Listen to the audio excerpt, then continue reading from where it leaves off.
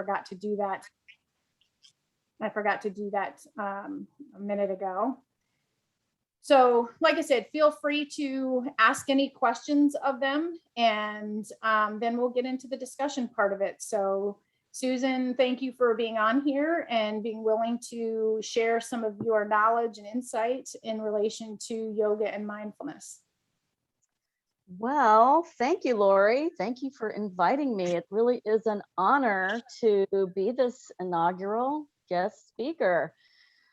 My name is Susan Nelson. I am an ENP and an RYT, registered yoga teacher. I've been a registered yoga teacher since 2012. I've also been in public safety and a member of the association, National Emergency Number Association, since 1997. In 1997, I started working as a 911 coordinator in Alachua County, Florida. And as a coordinator, my job was basically to support the PSAPs and the telecommunicators. So getting them furniture and training and funding and data and technology and helping them do the best job they could was what I was focused on. And so when I first started being new in public safety, I spent a lot of time in the PSAP, and I did sit-alongs, with the telecommunicators and the dispatchers to listen in on calls and dispatches and see what they were dealing with, what their job was all about, talking to the supervisors.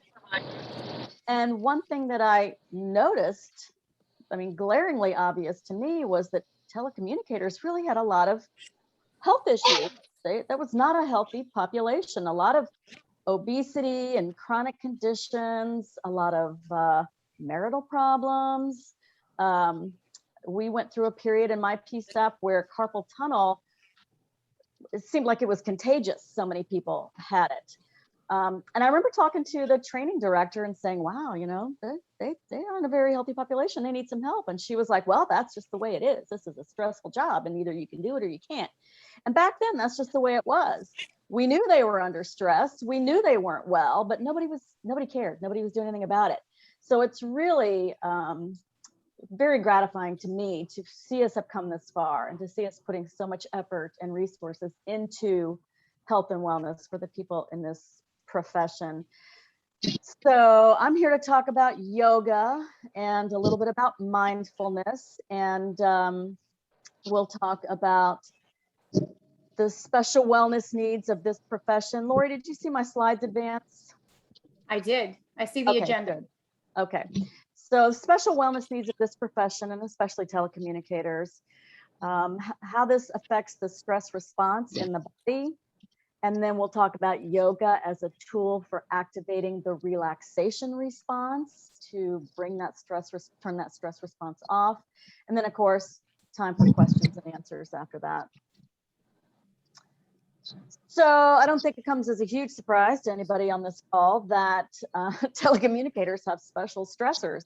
There's the things that we know about, sort of common sense things, they handle traumatic calls. There's a lot of psychological stress in this profession, lack of closure with those really bad calls. It's 24/7, 365. So Christmas, birthdays, anniversaries, you're working, lots of enforced overtime. So that's stressful enough. But also in this profession, we have a real problem with a lack of support and a lack of recognition for telecommunicators, and that adds stress as well. I'm in Mississippi at the 911 Coordinators Conference here, and I saw a presentation on the stress of telecommunicators, and his quote was, telecommunicators are the first to be blamed when something goes wrong with a call, and they're the last to be recognized when something goes right with a call. And that's kind of true. I think it's getting better, but that adds stress. And then, the dispatch center itself, the PSAP, is not always the most nourishing environment. I've seen my share of dusty, dirty, poorly lit PSAPs with old technology that doesn't work very well, or data that doesn't really serve the telecommunicators, and that adds an extra layer of stress. So you put all this together, and that is a stressful 8, 10, 12, or 14 hours. So what does stress like that do to the body? Well, the body automatically responds to a perceived threat by turning on the fight or flight response. And so all body systems are switched to allow us to fight or flee this threat, which is good if you're walking on the sidewalk and a car jumps the curb and you need to get out of the way. But when it's turned on constantly all day, the body just stays in this fight or flight situation. So digestion stops, the production of normal hormones stops, while adrenaline and cortisol flood the system. This causes blood to be redirected to major muscle groups and vital organs.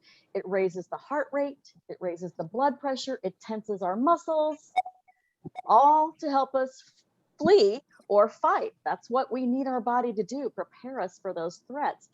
And it can take 20 to up to 60 minutes to turn this state off, to bring the levels back down, for those hormones to wash out of our body, and for the heart rate, the blood pressure to come down, the muscles relax. But if it's turned on all day, you just stay in this tense state with these with this overexposure of cortisol and adrenaline. This disrupts your body's entire systems. It disrupts everything else and puts you at risk of anxiety, depression, digestive problems. Ever notice how many digestive problems are in a PSAP? This is why. Heart disease, heart attack, high blood pressure, stroke, sleep problems, obesity, memory and concentration issues. Now, if there's one place you don't want memory and concentration issues, it's in a PSAP. But this stress response being constantly turned on will cause that. So this is why it is really important to bring that stress level down. There's also a major study that was just released. It's on PubMed, I believe. And this study it showed an association between the onset of or exacerbation of chronic autoimmune diseases, rheumatoid arthritis, lupus, inflammatory bowel disease, multiple sclerosis, Graves' disease, and other immune conditions. So it really puts the body at a disadvantage in trying to stay healthy. So that's why we have to turn this fight or flight response off, bring the stress level down. So how do we do that? Well, there's a lot of ways. And there's that usual list there: diet, exercise, sleep, creative pursuits, emotional connection. But what I'm talking about today is relaxation techniques. Specifically, for my advantage would be yoga. I have about a 14-year practice of yoga. So I really progressed and found a lot of benefit, and I want to share that with everyone. So there is a recent study, and the key takeaways were that it was done on healthcare workers under stress from the pandemic. And it found that healthcare workers found that physical relaxation methods were effective at providing relief from workplace stress. It suggested that yoga was the best technique at reducing occupational stress, followed by some other important modalities like massage, muscle relaxation techniques, and stretching. But the experts say that yoga, being so widely accessible and such a valuable source of stress relief, really was the best option. So we'll talk about yoga. So what is yoga? Well, it is an ancient practice that's over 5,000 years old. And anything that has lasted 5,000 years, in my book, deserves some attention. It is a complementary wellness approach. And what that means is you have a healthcare team, your primary care doctor, your OB, your nurse practitioner that you rely on, and they help you monitor your health. And problems come up, they help you put together a treatment plan. So complementary to that allopathic medical plan are complementary approaches, such as massage therapy, acupuncture, and yoga. So yoga is one of those complementary wellness approaches.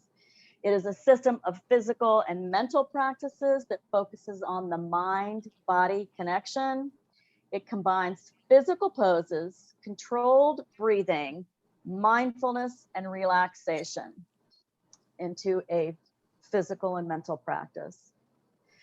So here are some of the health benefits of yoga. And this is also research-based. I got this from the Mayo Clinic archives.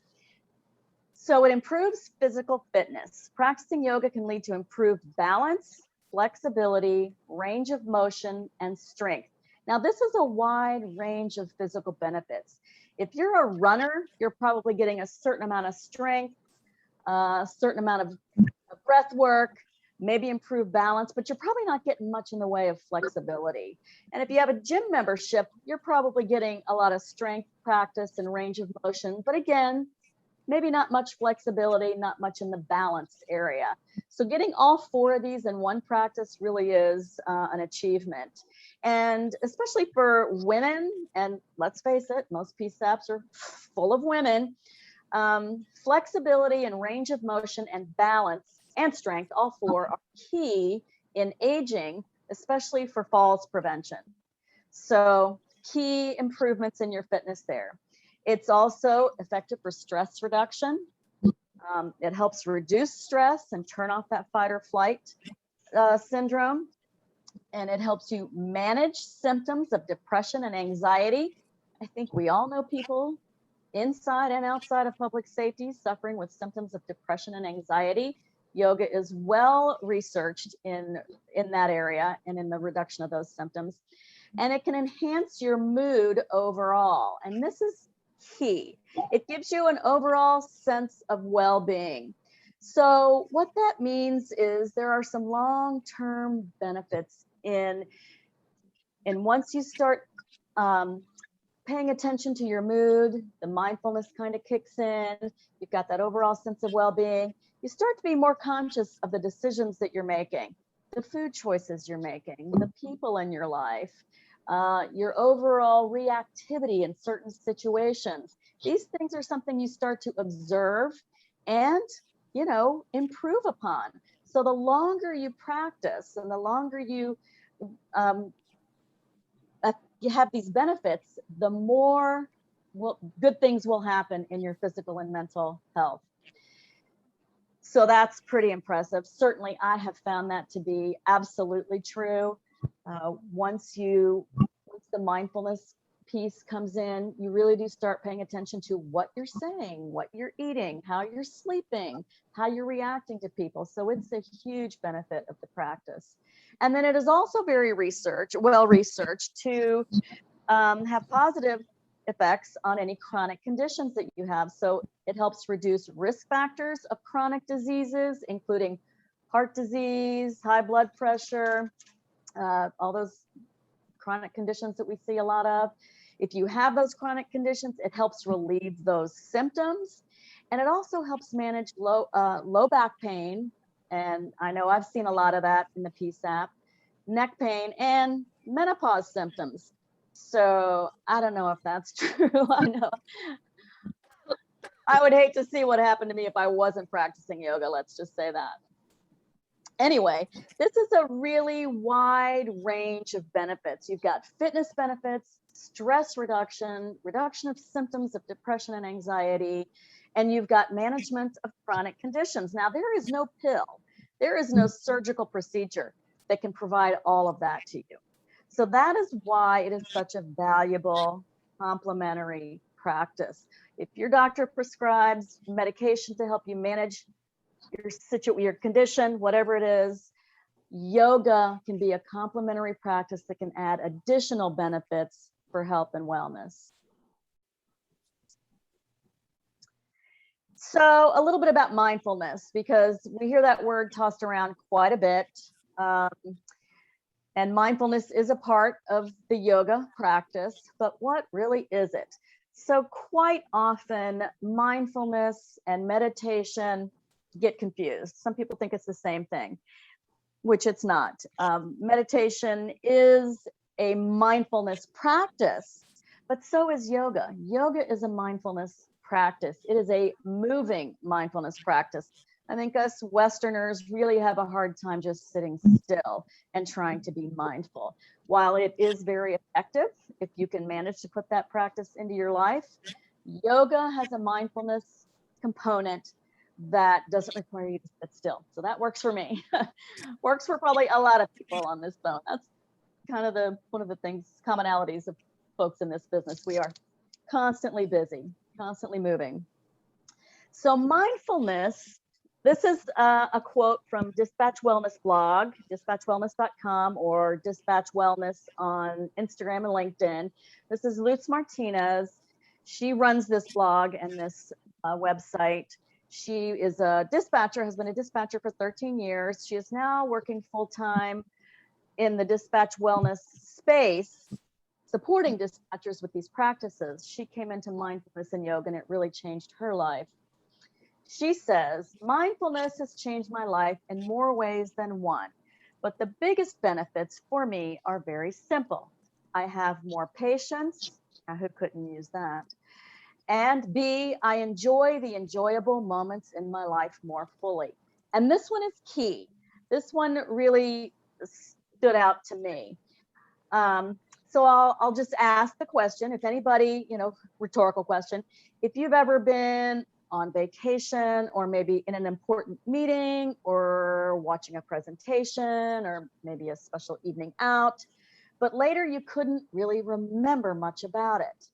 That's because you were not present in the moment. You weren't paying attention to fully in the moment. Your mind was going a million different directions. Well, it is.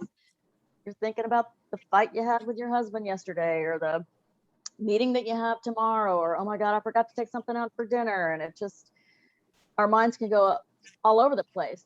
The mindfulness practice you're not expected to be able to just always be present. But the practice itself is to keep bringing yourself back into the present moment. And yoga, from a philosophical base and from a physical perspective, encourages you to focus on the present moment, to keep your mind fully engaged in what you are doing right now. Now, you'll continue to, have your mind wander, but the practice is to keep bringing it back. So that is one of the things that yoga does, and it has, again, benefits that accrue over time the longer that you do it. So I cannot leave this presentation without talking about the new NENA standards to protect the well-being of 911 professionals. It almost gives me tears just saying that. I'm so excited to see this standard come out. It is out for public comment right now, which most of you probably know. It is a rewrite of the 2013 standard that dealt with traumatic and chronic stress, but this is a much more comprehensive wellness and well-being standard. And it's full of great resources. It is, fairly long, like these standards are. I think 160 pages, 20 pages, something like that. But let me tell you what, I read it, and that's the only NENA standard I have ever been able to read. I think it's magnificent. I couldn't find one single thing in that document to comment on or change, and that never happens. So I know Roxanne is on the line, and possibly some other team members that were instrumental in getting this standard written. Kudos to you all. This is just such a monumental achievement. The main points of the standard deal with impacts of stress on the job. It presents some really great research findings on the high rates of depression, PTSD, chronic disease, obesity, and other conditions in the 911 community. And I was shocked to read that these conditions are up to 5 times more prevalent amongst telecommunicators as they are in the general public. It clearly points out the impacts of this stress on performance, morale, absenteeism, and retention. This is the ammunition that our PSAPs, our directors, need to be able to go to their sheriff or their powers that be and say, this is the cost of 911 telecommunicator stress, and this is our plan to get it on track. And I really love this part. The standard recognizes the ethical responsibility of all 911 stakeholders to uphold this mission by strategically protecting lives and well-being of 911 professionals.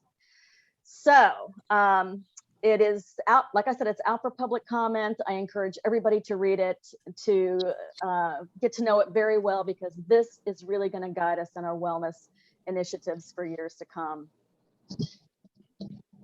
So kudos to you guys. And then I'm on the Wellness Continuum Resource Working Group. And this is another thing, Lori, I know we were talking earlier about how do we get word out about the Health Huddle meetings. This is another thing we've been dealing with, is trying to get word out about the Wellness Continuum resources.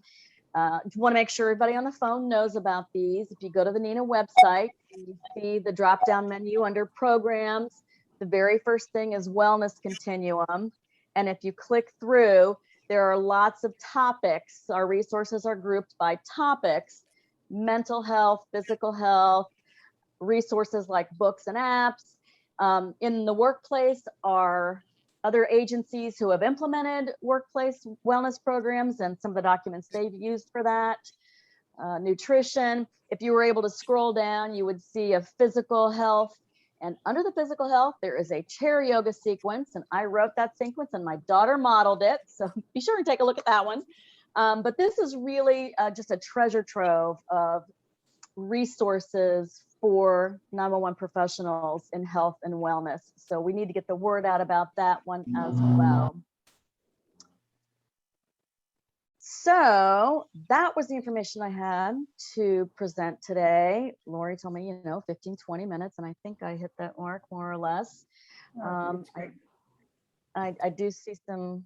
Is there any questions in the chat, or anybody have any questions they want? I'm going to look in the chat to see what we've got for questions, but if you would like to ask Susan any questions about the presentation, about the resource site, or any of that, please feel free to unmute yourselves and ask away.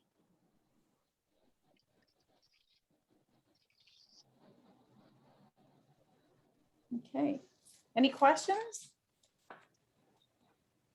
Susan, I have a question for you. Yes. So if someone wanted to get started in yoga, and because they've, maybe they've just never done it, how would you suggest that they get started? So I would say the first thing you need to consider is, what is it you want to get out of yoga? What's your primary concern? And what's the state of your physical health as well?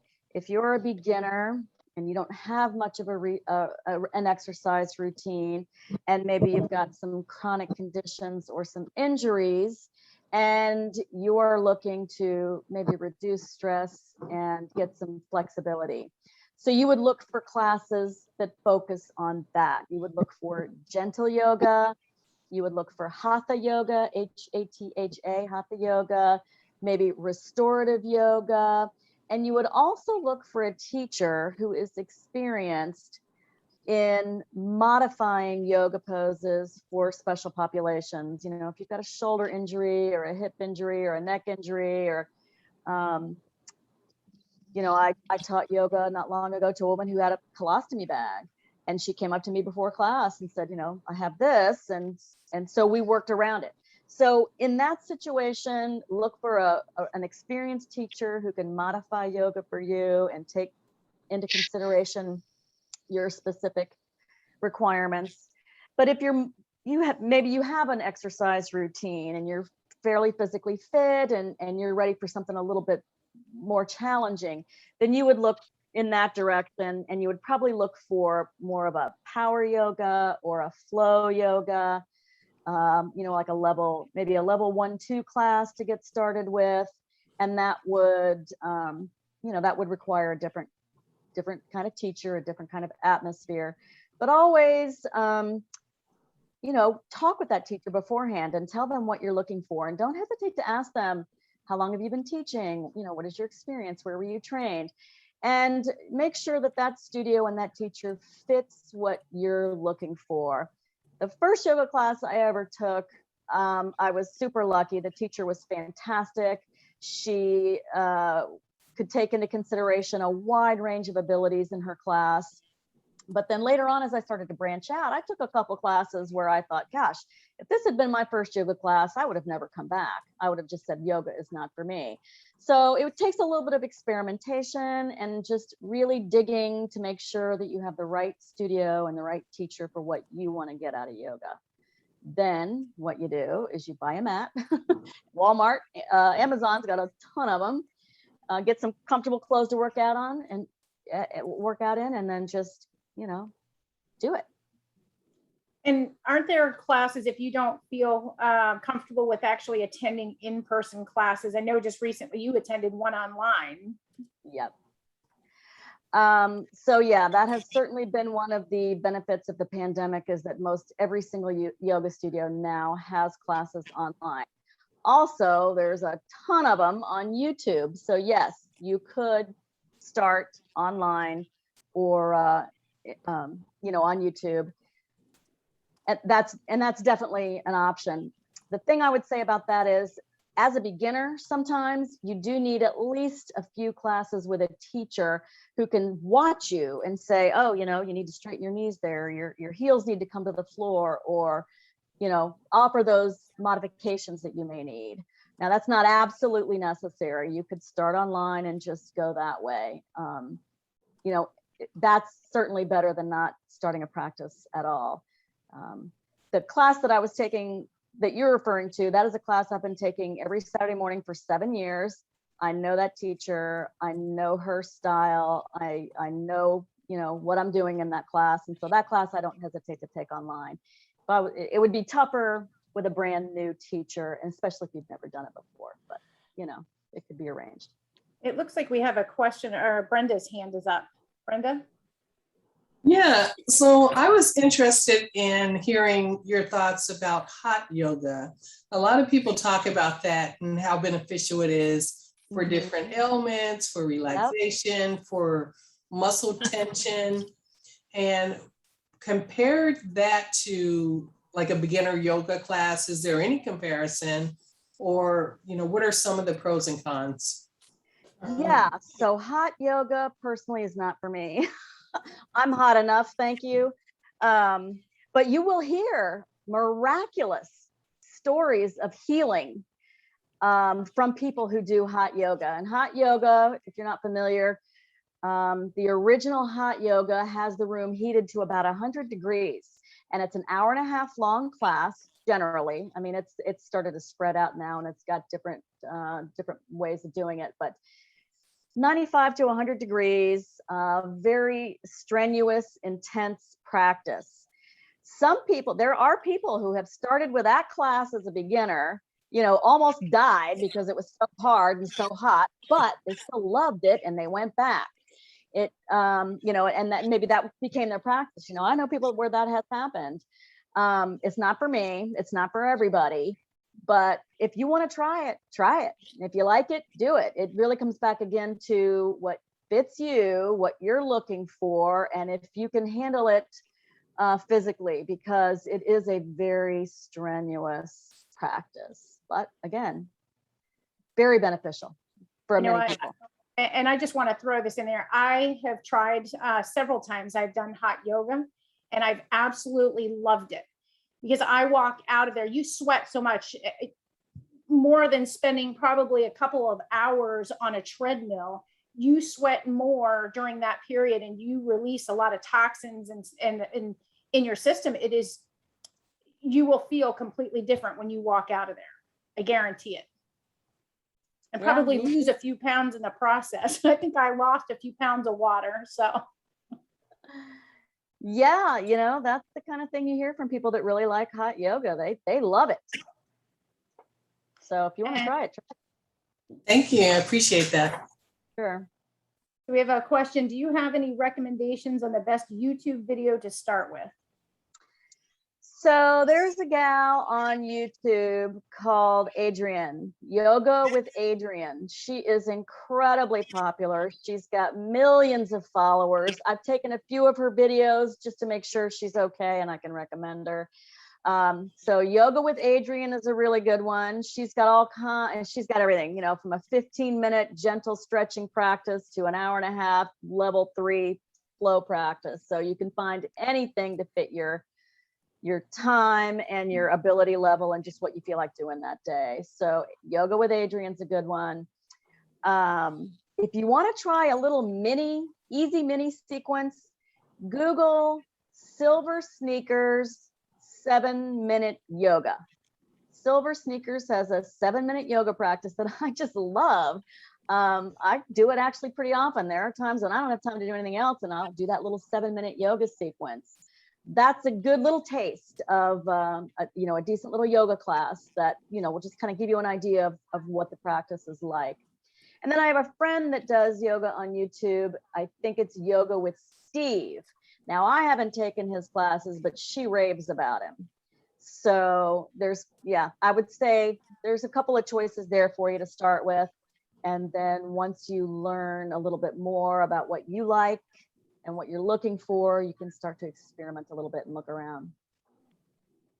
So, you mentioned these 7-minute yoga practices. They might also be good for, say, when telecommunicators take their breaks. In some centers, they have quiet rooms.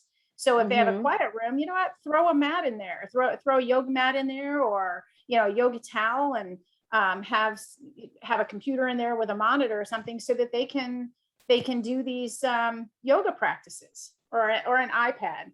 iPads are great. Yeah, and then once you've been taking yoga for a little while, and you know what you like and what poses really work well for you, you can put your own sequence together. You may like to do some seated stretches, or you may want to do some warrior poses, or once you've got some experience under your belt, you can go in that quiet room and do your own sequence. And you have somebody that had made a mention that they're very impressed with your background and how you observed that the telecommunicator population is not healthy. So true for so many dispatchers, and the poor working conditions that are a real problem for many. It's a great discussion. Thank you. Yeah, before the meeting started, Lori and I were talking about that a little bit, and I gave her some tips on who can do a presentation about poor working conditions and the stress that puts on telecommunicators. Right. So yes, we're gonna look at finding some guest speakers that concentrate on those areas. It may be ergonomics, or poor lighting conditions, or any of that. So we'll definitely be looking for speakers. So if you have any suggestions on someone that you might like to see or hear from in these, please feel free to reach out and provide us their name and telephone number, and we'll get in touch with them. So does anyone have any more questions for Susan? No? I don't think I see anything else in the chat here. Thank you, Susan, for that great presentation, and it's very much appreciated. Well, thank you for having me. It's truly an honor. So now we have Roxanne Van Gundy. She is the co-chair for the Wellness Committee, and she's going to talk a few minutes about the standards that they have been working on and their status. Please call me Roxy, because only my mom called me Roxanne when I was in big trouble. So I'm always like, what, am I in trouble? That was an awesome presentation from Susan. And thanks everybody for coming to the first Health Huddle. This has kind of been a partnership with Lori to find ways to continue to further what the Wellness Committee is doing. So we're always interested in ideas on how we can serve our membership better. So if you have other ideas to go in conjunction with the Health Huddle, we'd love to hear them. As Susan mentioned and explained very well, our acute stress work group is working on a standard called the Standard to Protect the Well-Being of 911 Professionals. Like she said, that was in public review. And if you haven't had a chance to kind of just take a gander through it, I'd really, really, really appreciate it and suggest it. because it has some great topics. And what I love about what our committee is doing is this standard really speaks to several of our other work groups that we have going, like the peer support standard document that's already been approved. There is a section on this well-being document that goes into wellness.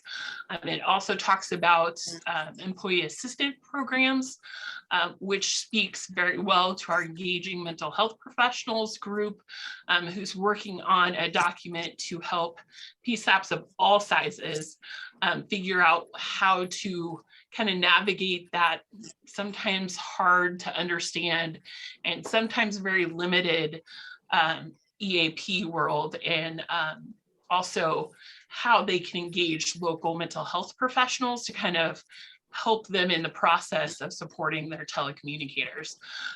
They are a very new group, the engaging mental health providers. So I really expect some greatness coming out of that group in this coming year. And I think it will really work well alongside the acute stress standard for protecting the well-being of 911 professionals. Like Susan said, it's still in public review. I think that it's probably going to be in the home stretch here. There's just some last comments that have been made, but it's an incredible document and has a lot of great information. Our team is also working to promote the groups that are doing some of this incredible work, and we're looking for ways that we can keep it going. So, you know, we have a standard that's almost complete. We have a peer support standard that's almost complete. So we want to work on how we can guide PSAPs in implementing those documents and how we can make sure that they're something that people will use as a tool and they won't gather dust on a shelf. So we have a lot of great people in the Wellness Committee. So we're pretty lucky to work with a lot of really passionate 911 professionals, just like Susan, and we're so grateful for Lori's support in helping us try to further what we're doing. Thank you, Roxy. So did you have any open working groups right now that are still looking for participants, or any special need right now? Engaging mental health professionals is always looking for group members. They're still just kind of getting their foundations laid and figuring out what they need. So Courtney Doberstein and Kelly Clark would be great contacts to check in with them and see, you know, what they're needing. But they're kind of our last group at the moment that needs help. And they would definitely take anyone, any walk of life, any experience level, they'll put you to work. Awesome. Awesome. Thank you, Roxy. And we appreciate all the work that you and Chris Fisher put into the wellness program. So thank you. And so now this leads us to our discussion portion of the hour. And we can really talk about whatever it is that you would like to speak about, maybe something that you feel that needs some real focus on when it comes to health and wellness, and maybe areas that you have an issue with in your own comm center or in your own place of employment. So I'm going to open the floor right now to whoever would like to start the discussion.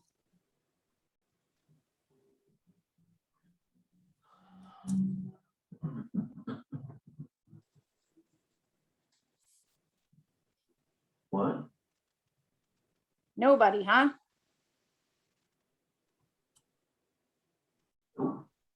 Lori, Okay. I am seeing in the chat that somebody is asking for recommendations on free or almost free nutrition coaches or programs. Oh, yes. Certainly, I can tell you what I think you need to eat, but that's probably a topic Somebody else we may want. agree with that. Exactly. There's, I've been telling you what you need to eat for quite a while now, but anyway. That sounds like a topic for a future presentation. Absolutely. We'll definitely throw that in as a topic.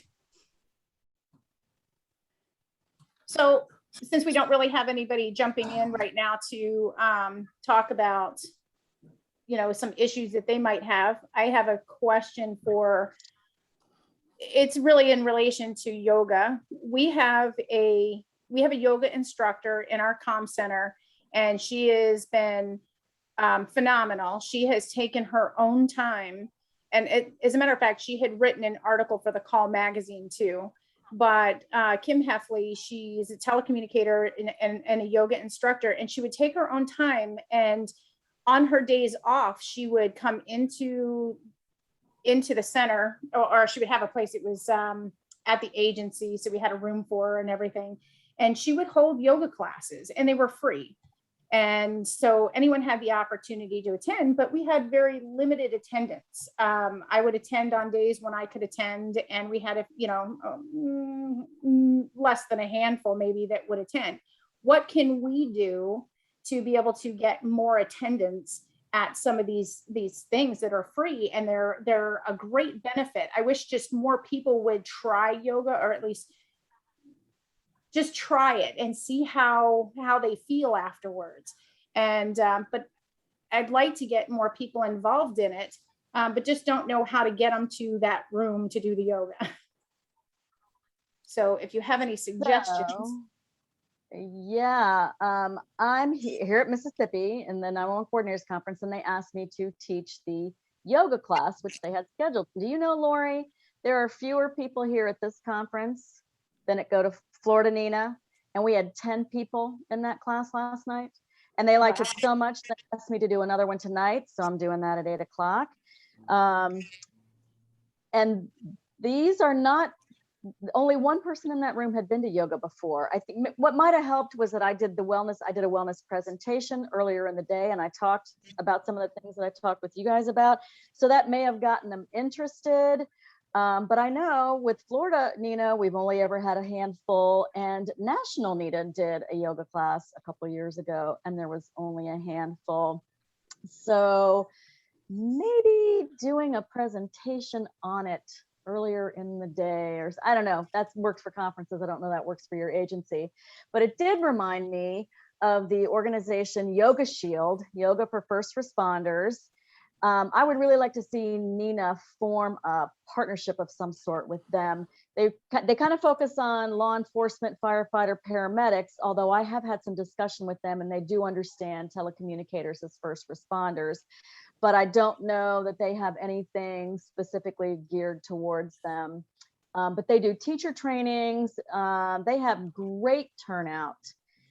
So maybe joining with a group like that is used to convincing people like firefighters to try yoga. They have a lot of success with it.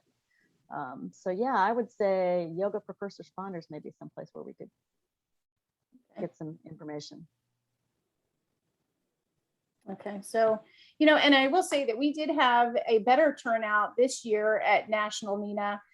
When we were in Columbus, I want to say we had probably a good 8-10 people at the class. And I know that seems like a small number when you consider the amount of people that attended, but some things that we also could consider is the time that we do it.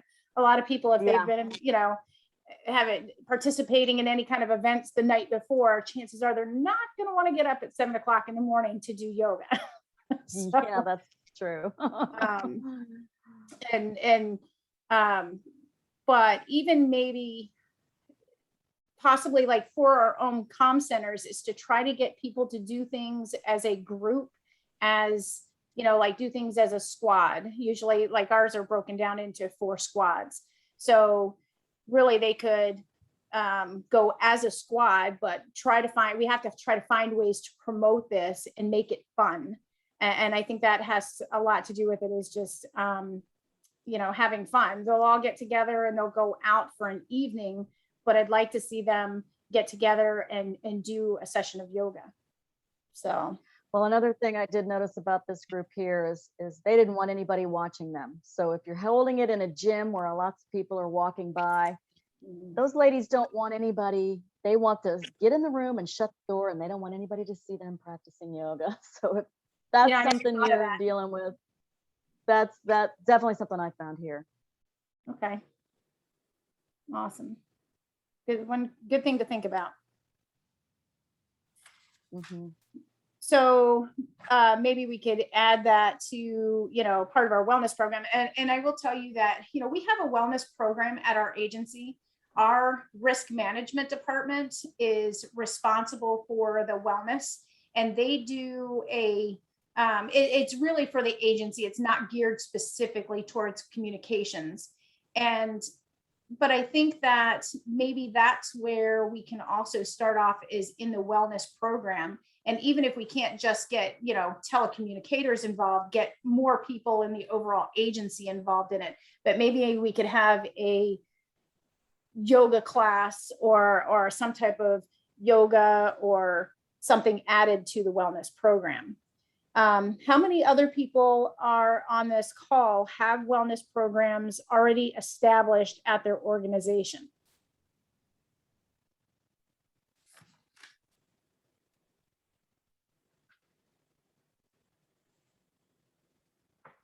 You know, and Dan just mentioned friendly challenges is at work. I agree. That would be making it fun.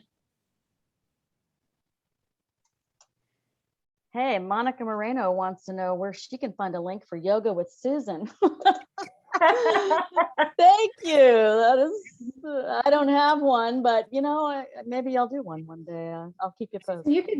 You could do your own videos and record them and then share. Yeah, I've thought about it, but you know, that is time consuming, and I just haven't buckled down to do anything about it. So, but thank you for the encouragement. All right. I know So, for, no, sorry. go ahead. Go ahead, Brenda. For us, sometimes within our center, you know, a couple of people will partner up and do different things and have different challenges. And I can recall teaming up with a team member to go to a yoga class. And I think it was twice a week that we committed for like several weeks, for several sessions, and just trying to get the timing, trying to get the schedule together.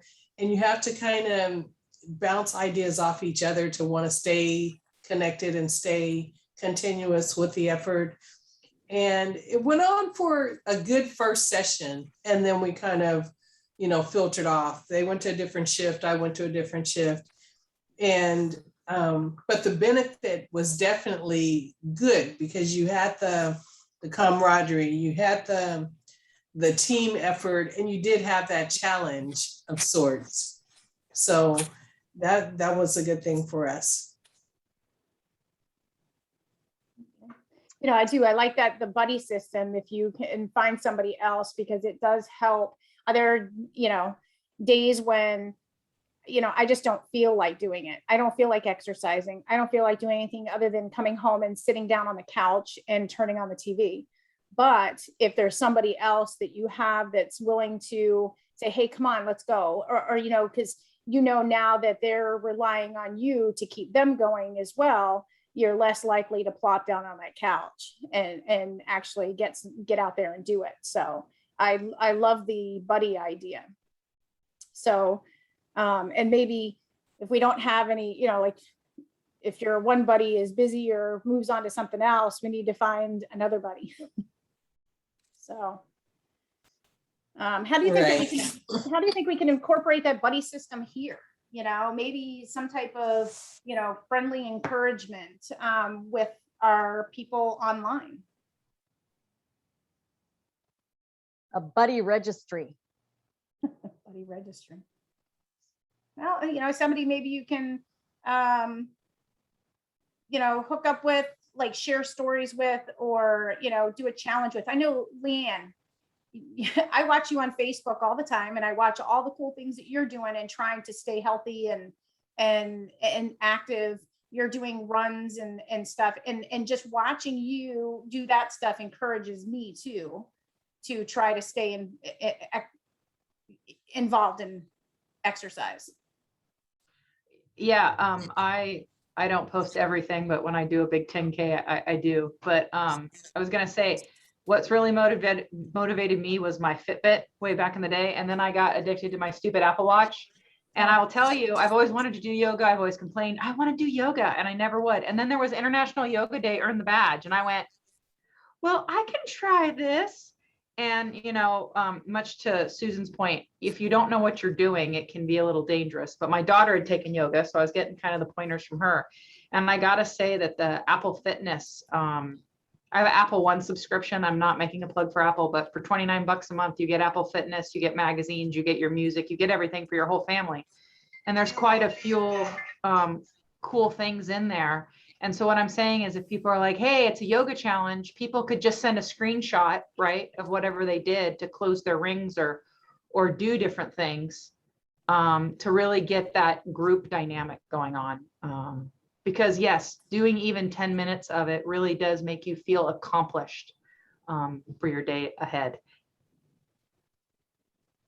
And then you can brag about it on Brag Book if it's down, if it's not down, right? Not today. That's funny. So yeah, that's great. I like the idea of these challenges, but so even like you said, take a screenshot or something. So we'll have to work on that and put something together. And maybe that's something too that the wellness committee can work on and find a way to put that together. If you have any more suggestions, please feel free. So what else do we have? I'm going to look in the chat here.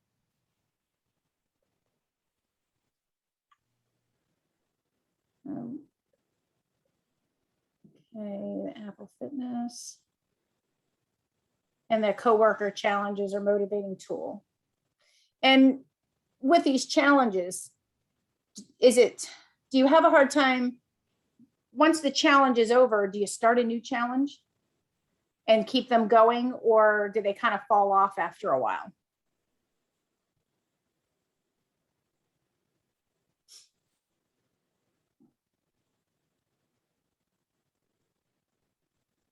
I just don't know if anybody's, would lose interest in it. Okay, it looks like I have 2 more messages. I think from my experience, I don't know, we haven't done them back to back to back, but having them in different seasons, where some people are busier during different seasons of their life or of the year, where if during the holiday season, there's one and they just can't participate. Well, at the beginning of the next year, maybe they're able to actually participate. So I think having more than just one a year is helpful, but I don't know. At my agency, we've never had them back to back, but at different seasons of life or seasons of the year have been helpful. Perfect. Thank you. I know our county will sometimes do a walking challenge, and there's a 911 group that puts their steps into that challenge, and just to participate and get a shout out in the county to try to beat the other groups. So I know those kind of challenges, but anything, I think sometimes, right, when we won't do wellness for ourselves, but we'll do it for others, right? And so sometimes maybe that's what we need to at least get started, and then that gets you to be more interested into it for the right reasons of taking care of yourself. Right. I remember we used to do the March of Dimes walkathon, and we used to do that every year, and it was a blast. We did 10 miles, and it was a lot of fun getting together with a group of people, and you all had, of course, we had our own team shirts and stuff, and it made it fun. So I'd like to see us doing more of that type of stuff as well. Okay. So we have 4 more minutes left in our hour. If there's anything anyone would like to share or Lori? Dan's raising his hand. Oh, I'm sorry. Yeah, that's okay. Yeah, one of the things that our sheriff's office did, they actually had a pentathlon type challenge where everybody has a different, some people like yoga, some people aren't comfortable with it. So they had yoga, walking challenge, swimming challenge, running challenge. So they bring in people of all different fitness levels. So nobody felt left out. Very good. And that seemed to go over very well because it was a mix because, I'll say, sheriff's office, you have, the guy on the SWAT team is going to feel kind of silly, if we go to the whole department. But, some people think, oh, I don't like yoga if I do walking or I do running. And if you Okay. kind of mix it up and, mix up the challenge a little bit too, when you go from one challenge to the other or run them side by side. So everybody has a comfort level is always good to, gain some attendance. Awesome. Okay. Well, I like that. And these aren't challenges where everybody has to do it all at the same time, but they can just show their participation, correct? Okay. Yes. And how did you guys track your participation in it? I mean, it was basically on the honor system, and then everybody sent in their results. I mean, if they had proof, most people, as someone said, have an your iPhone tracks everything, some sort of Fitbit tracker, and they send in the results that way. Other way, it was just, again, on the honor system. Okay. Fantastic. Anyone else? I worked one place one time where they set up a Teams channel, and anybody who wanted to be part of the challenge would be assigned to this Teams channel. And every day we would post what we had done. But there was only about maybe 24 people in that. I mean, if you had hundreds, that probably wouldn't be real practical. But then I worked somewhere else where we had a shared spreadsheet, like just an Excel spreadsheet with all of, everybody listed. And every day we'd post how many minutes we had done whatever, yoga, running, swimming, biking, whatever it was. And man, when I would see somebody else had done 90 minutes and I had only done 15 that day, that was motivating to me to do more. And then actually, I created my own spreadsheet after that. And I said, I need to track my exercise so I make sure I'm getting 30 minutes a day, because that really is the hallmark for health and wellness. And I have really stuck to that spreadsheet, tracking my yoga and my walking and my bike riding to average 30 minutes a day. So I don't know, part of it, I think you have to just catch people when they're ready to participate. But then you have to have a method for them to, to be motivated to be accountable to the group, whether it's a spreadsheet or a Teams channel or something like that. Okay. And two good tools to use for that are Google Docs, where you can share a spreadsheet, or a SurveyMonkey, where people can put in their results that way. Google Docs or SurveyMonkey. Okay, great. Okay, well, I think we've got some good information to get started here with, and I just want to take a second and again say thank you to Susan for sharing the information on yoga. I think it's a worthwhile practice. I myself enjoy it very much, so I feel better after having done it. So I see the benefits of it when I do it. I just like to find more time to do it. But so thank you so much for sharing this with the group. And Roxy, thank you also for sharing the information on the standards. We need to keep this up and keep sharing information, and it has to be ongoing, because otherwise we get so busy in our lives and all the things that we're doing, we get caught up in it that we tend to overlook stuff and we aren't really paying attention. So we just constantly have to flood the industry with information. So again, thank you very much. And I appreciate everybody's attendance here on this call tonight. And we will be doing this again in another 2 months. Yeah, every other month. So hopefully all of you will be able to attend to that one as well. And invite your friends.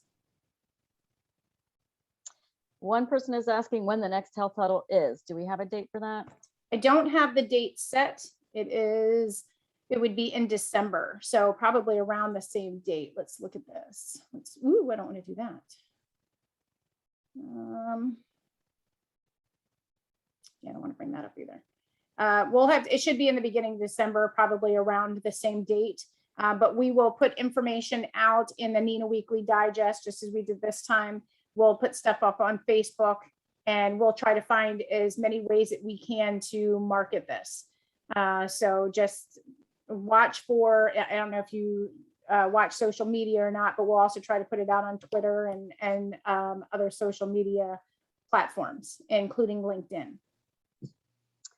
We have one last comment from Jamie. that really just tugs at my heartstrings, honestly. Something that I wonder if we need to consider is how do we encourage people or support people to participate when every PSEP is understaffed and people are working a bunch of overtime? Are Oh. most people in survival mode and not able to focus on their health? And the answer is yes, we got to do something about that. We big have to issue. keep working on that. And it's going to be a struggle for a while.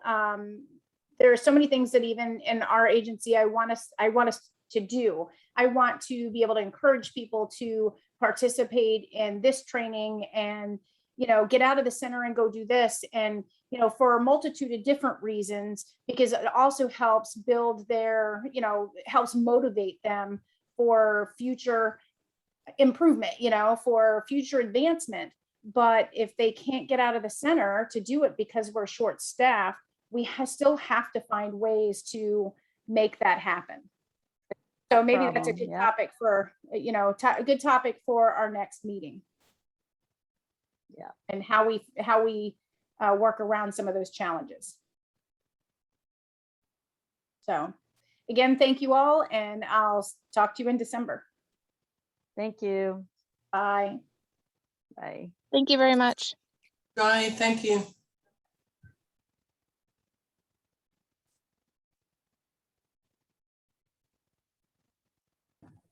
Bye, ladies. Thank you. Bye. Do this.